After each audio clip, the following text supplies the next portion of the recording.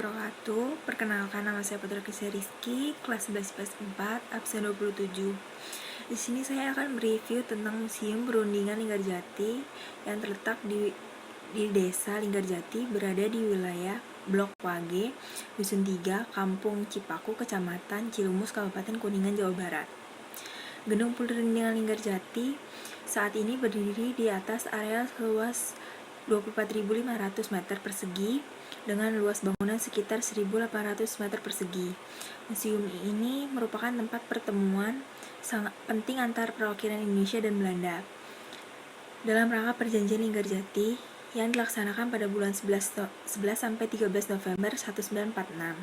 Bangunan yang awalnya milik Ibu Jasitem ini memiliki sejarah panjang kepemilikan serta pemanfaatannya oleh pihak Belanda. Museum ini menjadi saksi bagaimana perjuangan diplomatik yang dilakukan oleh para pendiri bangsa diketuai oleh Sultan Syahrir, Suesanto, Tirto Projo, Mr. Muhammad Roem, dan Dr. Kagandi.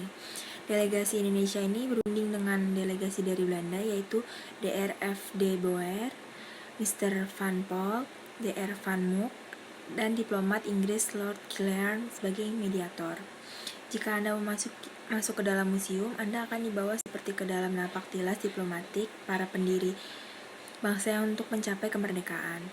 Meja perundingan, berbagai dokumentasi berupa foto, diorama, benda-benda peninggalan lainnya, hingga hasil naskah Perjanjian Linggarjati bisa disaksikan dari dekat museum ini. Di ruang perundingan ini dipenuhi oleh perabotan-perabotan replika yang mirip dengan kondisi sebenarnya, meski berarti bisa disaksikan dari dekat museum ini. Di ruang perundingan ini dipenuhi oleh perabotan-perabotan replika yang mirip dengan kondisi sebenarnya, meskipun replika perabotan-perabotan ini mampu membuat pengunjung merasakan suasana perundingan yang terjadi pada saat itu. Deretan kursi yang ada di sebelah kiri ditempati oleh delegasi dari Indonesia yang dipimpin oleh Sultan Syahrir sebagai Perdana Menteri pertama Indonesia. Delegasi Belanda menempati deretan kursi di sebelah kanan. Foto-foto seputar perundingan dipajang di dinding ruang perundingan Linggarjati. Adapun beberapa foto yang dipajang, salah satunya adalah foto wartawan mancanegara mengetik naskah berita di pagar tangga kediaman Bung Syahrir di Linggarjati. Di bagian belakang bangunan museum terdapat halaman luas dihiasi dengan pepohonan rindang dan tangga yang mengarah ke bawah halaman. Di area ini terdapat monumen yang isinya adalah pokok perundingan Linggarjati. Selain monumen, di Museum Linggarjati Cirebon ini juga terdapat batu hitam dengan ukiran 5 pilar masyarakat Indonesia yang dibangun di atas monumen. Kelima pilar tersebut antara lain 1 petani, 2 pemuka agama, 3 wanita, 4 tentara, dan yang terakhir adalah pemuda. Pas dilakukan perundingan tersebut menghasilkan 3 isi pokok.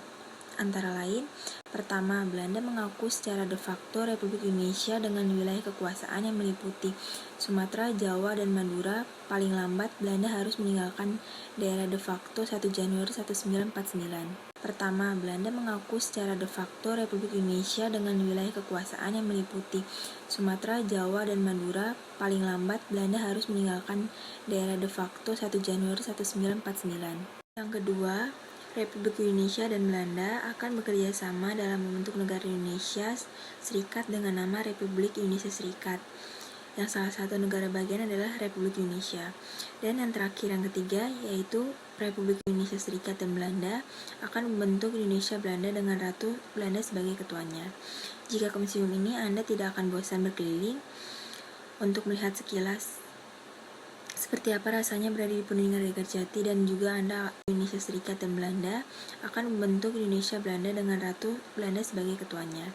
Jika ke museum ini, Anda tidak akan bosan berkeliling untuk melihat sekilas seperti apa rasanya berada di perundingan Linggarjati, dan juga Anda akan merasakan wujud dari kekuatan utama bangsa Indonesia yang selalu teguh membela kepentingan bangsa dan negara di atas kepentingan pribadi. Sekian review dari saya, semoga dapat bermanfaat dan membantu. Wassalamualaikum warahmatullahi wabarakatuh.